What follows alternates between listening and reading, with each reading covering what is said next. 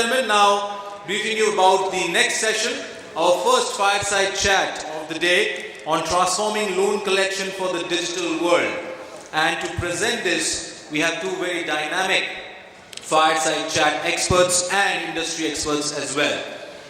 Please help me welcome on stage our first presenter for the fireside chat with a big round of applause, Mr. Rishab Goel, co-founder and CEO of Credgenics. Can we have Rishab with a big round of applause? Rishab, welcome to the stage and welcome to the India NBFC Summit. Pleasure having you. Joining Rishab for the fireside chat, we have Mr. Rajaram Manian B, CRO from Adani Capital. Can we have a big round of applause for Mr. Rajaram? Welcome to the dais and welcome to the India NBFC Summit. So gentlemen, looking forward to a fantastic fireside chat session between both of you, and may the sparks fly.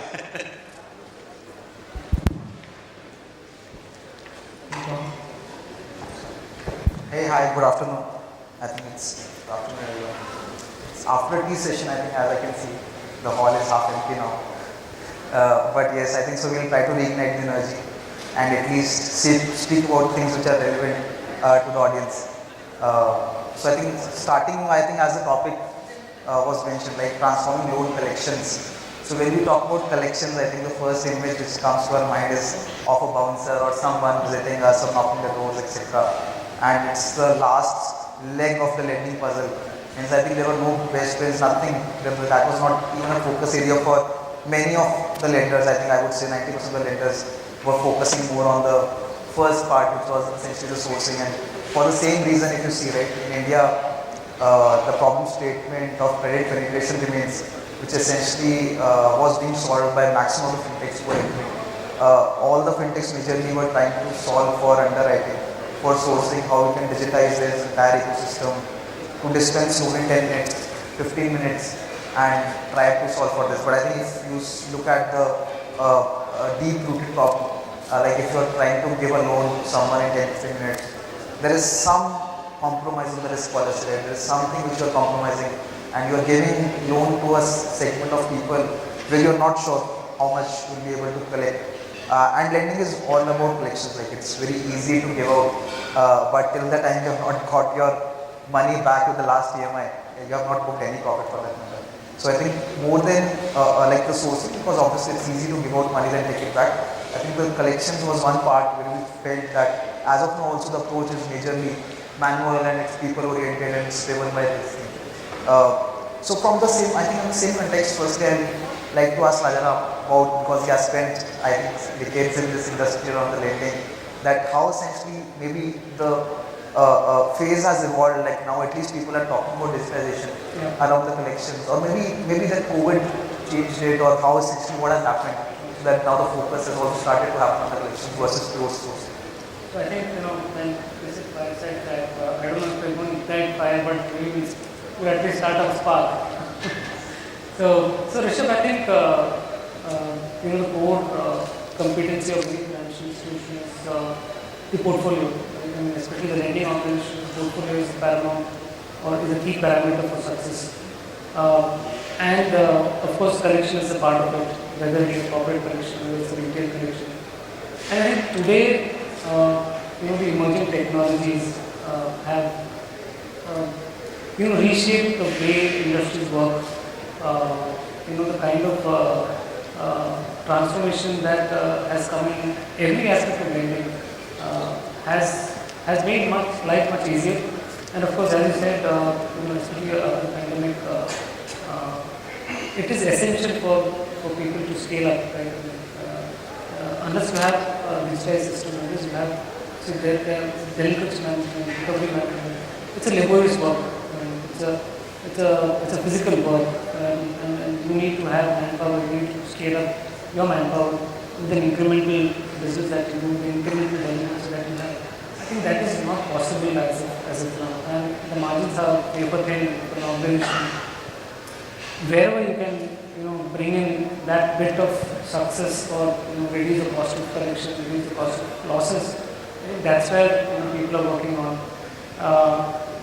When you spoke about the issues that we face or any organization faces, that today the business is complex. you have fintechs, you have different ways of lending. People are into tier 2 and tier 3 funding. The products have become hyper personalized.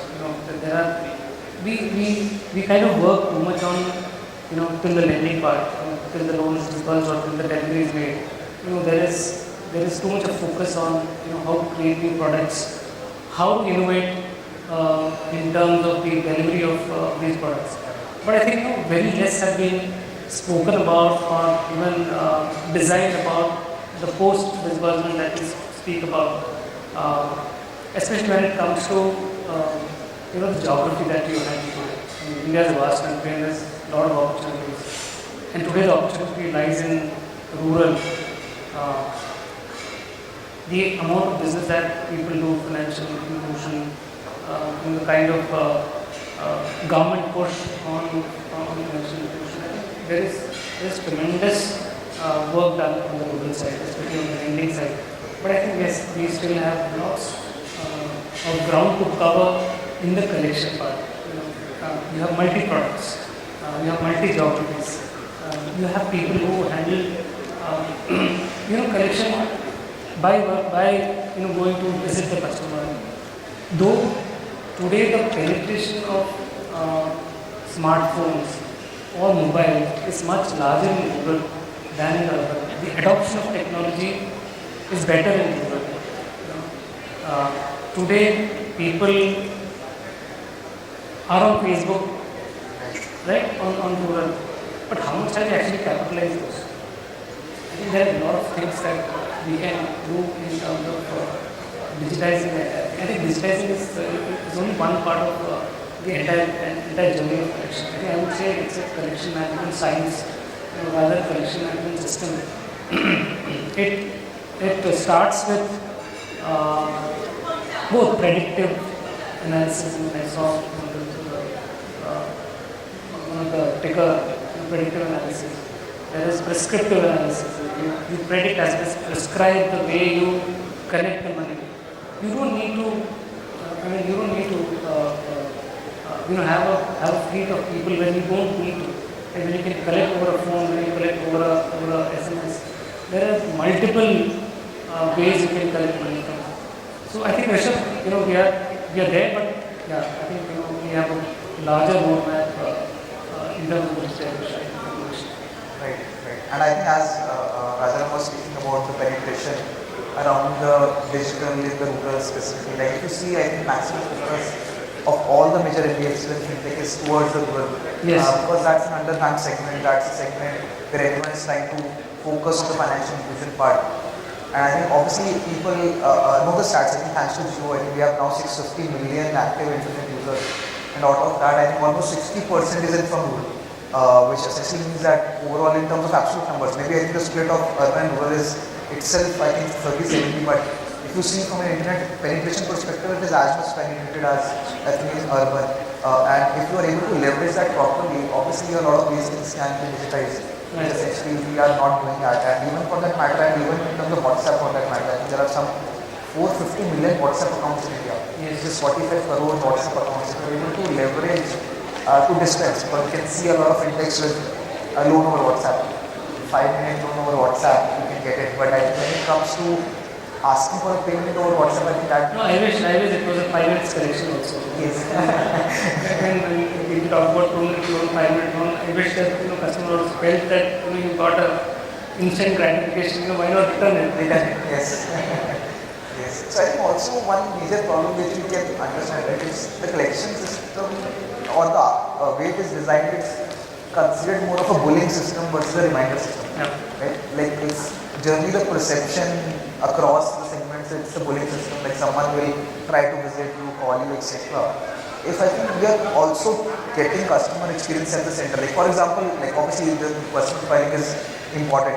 For that matter, like if I receive an SMS from MX or HSBC or anyone which I am using credit card, right, I feel obliged, the reason being otherwise I would have to pay late fee at some point in time, and it was not an intention, because of this time I actually am thankful that there's a reminder for me to make a payment because of our busy schedule. Even in that specific set of cases where you can see it should be taken as a reminder system, I think what typically we have seen lenders who is even in the such early buckets, in such early DPDs, there is a very call which is happening, which is very aggressive. There is a call which is a visit which is happening, though you are not able to even profile the customer, right? How essentially it is. So in the current scheme of things, Rajanam, like how essentially even the old school new NBFCs can see and replying a lot of the calling setups and the field setups. In terms of mindset, like as of now, just want to understand what exactly is the thought process in the community, maximum the risk professionals, I think, right? So I think there's a paradigm shift in the way we have designed the entire collection piece, and I think every NBFC who is participating there started in a traditional way, maybe they've been there for about 50 years or so. I think that's a huge transformation in thinking. I mean, actually it comes from thinking, right? Once you think and once you visualize things and then you put it into perspective. Now, collection today is very integral part of this movement. I think it's not a standalone function that any NBFC or any financial institution consider it as a function. You have a business development team, you have a underwriting or a credit function, you have risk management team, you have collection. So I think today collection is embedded into every function that you have. Because the collection is not just about going and getting the money back, right? It is all about what are the inputs that the entire collection team gives you in terms of early warning signals. What is the kind of geography that you can probably be a little aggressive, be a little conservative. It also goes into product development, what kind of product that you develop. And also when it comes to the profitability, people know, because today, the sheer competition, your products can be copied, I won't say copied, but benchmarked probably. Your process can be benchmarked. But collection is something which is very different for each organization, because, for example, so we are we are into lending, but we are into lending in mostly tier 2 and tier 3 cities, and we don't cater to a market which is prime in nature. So our distribution is actually between multiple products. So today collection, we don't have a specialist collection for a particular product. The collection team actually caters to all the products. But the nature of collection for each product is different. For example, for a tractor loan, the EMI could be as high as about 70,000 rupees. Maybe for a commercial vehicle, for a small commercial vehicle, the EMI could be about 5,000 rupees. For a home loan, it could be about a lakh or so. But the same person is actually going and collecting. So he needs that support in terms of analytics. When the customer is available, what kind of methodology that you can use. Maybe you should call him first, you should then probably go on the 10th of the day. I think there are a lot of analytics that is involved today. Earlier, it was not as involved as today, but I think it was analytics 80%, the field work is only 20%. Actually, the execution is only 20%. The planning and the designing of the entire system, I think that's taking center stage. Right. And I think even as you rightly mentioned, in terms of analytics, you can also use that to dispense, as in that is, as of now, I think majorly from a collection standpoint, people see it as a last puzzle, as a last mile. And even there is a lot of rich data points which gets generated out of this entire ecosystem, which can be even used to even underwrite. And I think that is one major area where we can see, I think that data points are not leveraged or used. So how we can actually take those data points and put it on the underwriting engine also, maybe I think get an analysis around how the collections are ongoing at a particular pinpoint for that matter. Right. Or what particular demographic or what particular customer segment is working around and how is that happening, right? If we can actually use those data points to even aggressively lend. So this concept of financial inclusion will only be successful, right, if essentially we are able to get a comfort, like at least on the collections part, that we are now able to expand our own aggressively. So from using that data points, I think use data science and analytics here.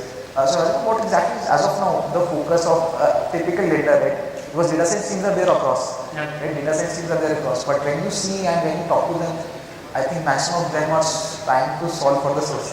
The entire science behind it is essentially put behind sourcing, and collection is still running as an art. We have seen that it's still running as an art, and maximum science is put behind that. So right now, are you seeing any practical shift in terms of science or the data systems here? Rishab, my personal view, we are still glued to archive processes. We love those processes that we've been doing for a period of time, and although it is changing, the mindset is changing, but yeah, it is a challenge to actually change the way the processes are made. I think it starts when you perceive a business idea. I want today I want to start an NBFC, I want to start a fintech. Now, again, there's a focus more on the essentials to it, right? What are the essentials? The essentials are, capital. The essential is about, what kind of product segment that you have, what kind of portfolio segment that you want to build, what is your risk appetite, what kind of underwriting norm that you have, what kind of people you have. But I think collection is something which has to be part of, your designing itself.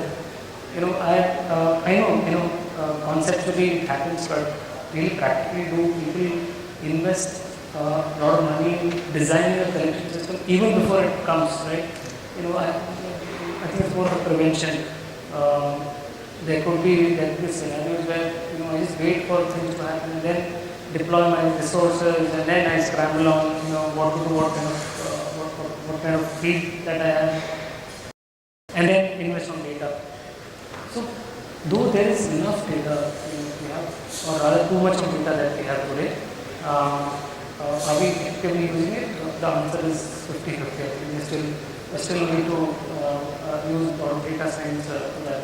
We have been attuned to use our subjective, intuitive decision-making abilities, whether it is in collection or whether it is in trading.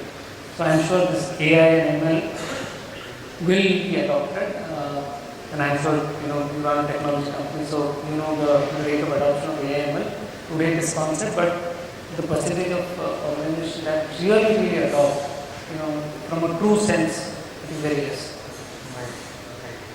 And I think in extension to that also, as like you can see, right, a lot of focus of regulators has also come specifically on the fintech lending space, and the reason is that the NPA levels are off the roof.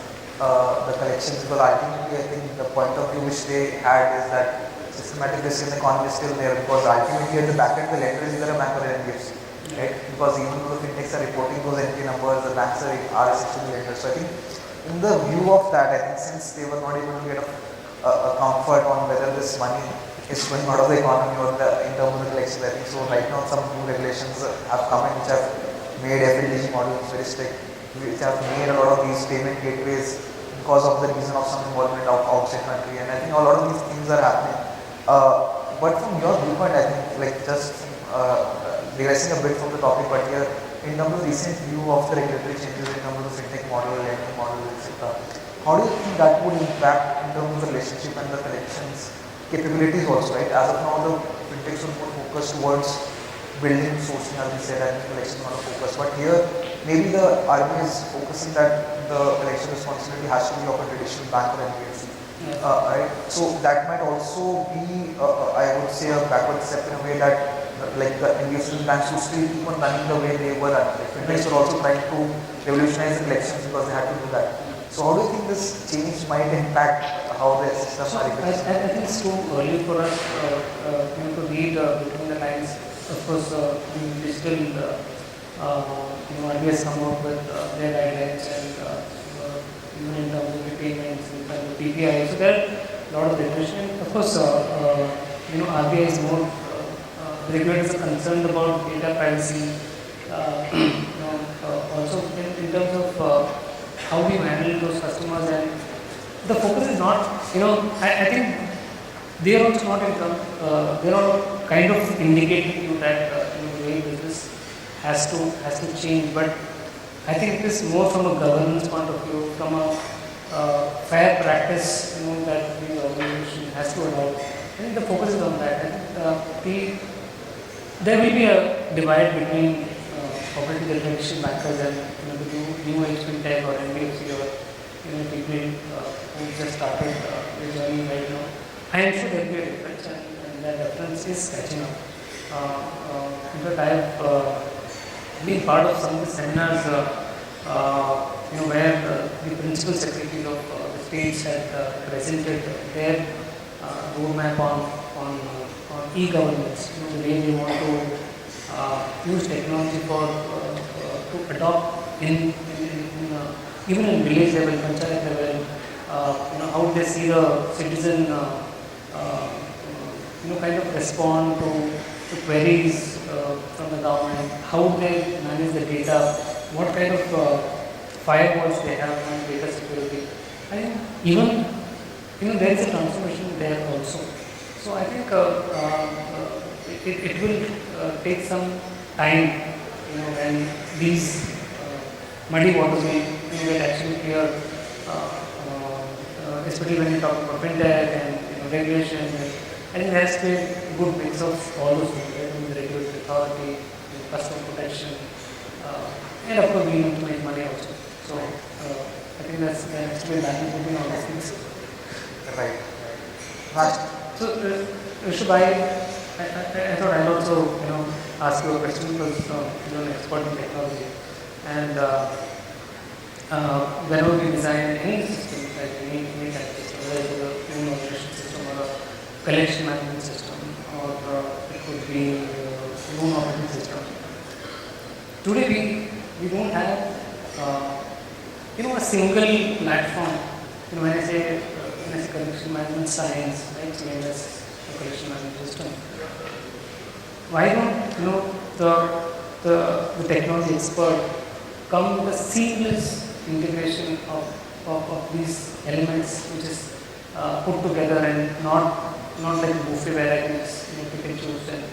And if I want to set up a collection field, it has to have business intelligence, it has to have data integration, it has to have the early warnings integration, as well as segmentation, geography segmentation, geospatial data. Why don't we have somebody working on a unified platform? So, Rajat, I just want to understand, like, from the LOS to the collection, you want that the same platform is covering the entire journey, right? Yes, I think that also, actually, I think as the economy evolved and as the need evolved, I think so LOS and LMS were obviously the major focus area, and the reason is that you have to reduce the cost of acquisition, otherwise you cannot enter into that small ticket size loans. Right? Maximum focus was on reducing the cost of acquisition and getting a seamless processing fee, because the average loan amount was getting reduced over time. So I think a lot of focus came on the LMS and LOS part, how efficiently you can manage in terms of the systems. And I think right now what we saw that because of that, a lot of collections problem came. But for both the things, right, essentially there has to be a dedicated effort put in the early bucket, like in that part and this segment also. If you become a generalist player, obviously it becomes difficult to focus and also figure out. But to your point, I think yes, it has to be an end-to-end journey, where eventually even the underwriting science gets used in collections, so that the segmentation etc. happens both ways. Firstly, using the communication and how the people are responding and what is the past payment versus also using it how essentially you did underwriting, or in the riskier segment. So actually it has to be a seamless journey. But at this point in time, you see the entire industry, I think there is one big technology space around the LMS and LMS, and now it has started to come on the collection side. And when I say collection side, like for example at our end also, I think the thesis here was not to build a CRM. The thesis was to actually create some intelligence around it, so that at least that segmentation, etc., everything from a borrower perspective, how they are responding, which segment can be treated digitally, which chat can be treated to calling, or how it will go to the field. So all those analysis also comes out. It is not left to the individual human gestation or the head of gestation of how he wishes to actually work on the different bases, and it comes from the system. The system might not give accurate results in the start till the time it's not learning, but over time you will see that after 2 or 3 months or 4 months, right, of getting how the borrower is there, it essentially gives quite interesting results where your human dependency reduces at least to run the analysis. And over time, I think these both will club, these both will marry beautifully, so that essentially it becomes a single journey. Maybe 2 years down the line, we'll have that system also. That was just a wish list. So there's always, the bespoke development that is the norm of the day. the organization, different people are different, so one should benefit all. Yes, and even in collection, if you see, there are 5 teams, there are 6 teams who are working. Right? There's calling, there's a legal, there's a field, there are so many complications. So even today, even in collection, there's like 5 different teams working.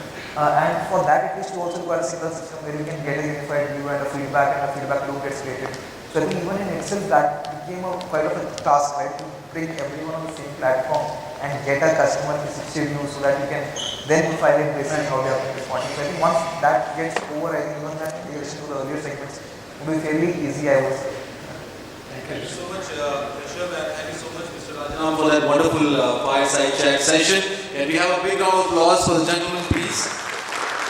And ladies and gentlemen, in the interest of the time, one question from the audience only. And if you have any further questions, they are available after this session as well. You can take it up there, but we'll take one question from the audience. And do we have a question?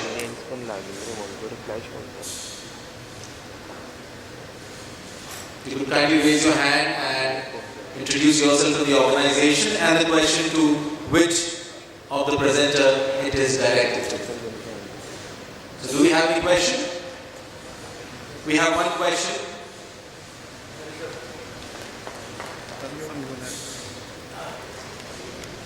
Well, we discussed about collections and just a small thing because you were... Sir, if you could introduce yourself and the Okay, organization. I'm so sorry. I am Rishab Goel. I head the collections, entire collections group for Tata Capital.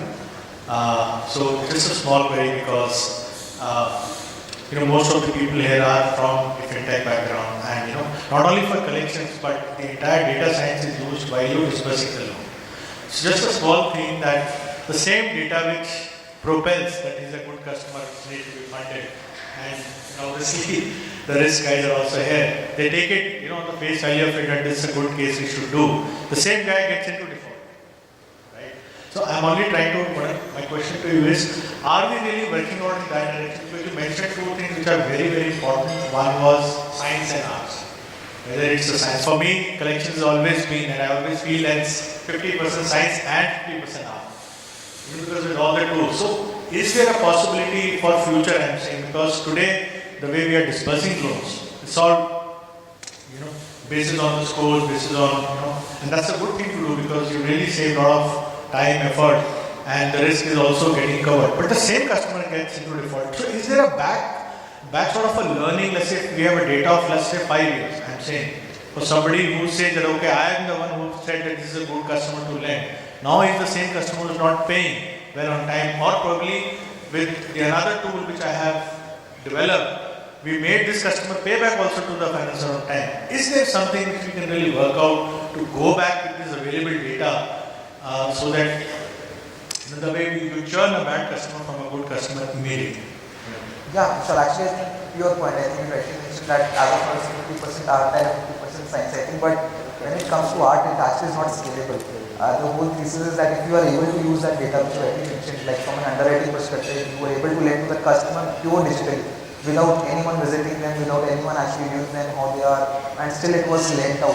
But the same customer is defaulting. But if we actually see a pattern, even like if obviously we can see that the customer was actually a bad customer in our underwriting, mention it to the good customer, there is some problem with the underwriting relationship, which we need to identify like how essentially was even a loan given out, right? So this collections data point has to flow back to the underwriting also. So that at least my underwriting engine gets more sophisticated, and that was also the point I was mentioning, that how we can use this collections data at a pin code level, at a borrower level, at a segment level, to even pass it back to the underwriting, and vice versa also. Like obviously the underwriting data point in terms of riskiness of the customer, at what interest it was lent out, right, that has also to be passed on to collection, so that even from a strategy standpoint, whether it has to be a soft nudge or only a digital nudge or maybe a calling is required, that also gets prioritized, and that also gets into the picture basis how my underwriting risk has come in. So both these underwriting collections have to marry, and there has to be a seamless flow of data from both the segments so that overall lending ecosystem grows. I think that is the whole reason, and this 50% art and 50% science, it makes, like if it goes to 80-20, because we know that collections fully automated, it's in this current realistic world it's not possible. So there will be some segment of borrowers which will require some nudges, even physically. So what we say, please, not pure digital, but at least a digital plus physical mix or a physical approach should work out. And you should be able to segment borrowers basis what they are essentially wanting to have. So at least I think 80-20 at least we should try towards that. And to your point, yes, both of them have to marry. At this point in time also we're trying to see if collections data can be married to underwriting in the same vice versa. Thank you so much, Rishab, for that. So, ladies and gentlemen, I would now like to call on stage Thiru from Kinara Capital to kindly do the honors of facilitating this wonderful presentation session on Fireside Chat, and both the presenters, Rishab and Mr. Rajaram Manian. We'll start with Mr. Rishab Goel, co-founder and CEO of Credgenics first. Thank you, Rishab, for that wonderful presentation in this Fireside Chat. Mr. Rajaram Manian B, CRO Adani Capital. Thank you so much, Rajaram, for being such a wonderful presenter in the Fireside Chat session. Thank you so much. And can we have a group photograph with Thiru, please? Thiru, if you could join the presenters for a group photograph.